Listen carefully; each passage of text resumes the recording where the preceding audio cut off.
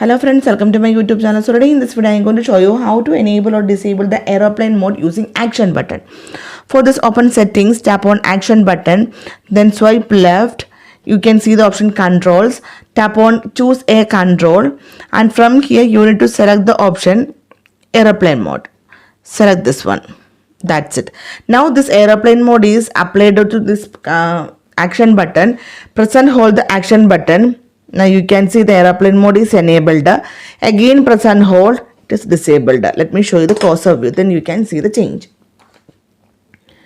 Now I am going to press and hold the action button.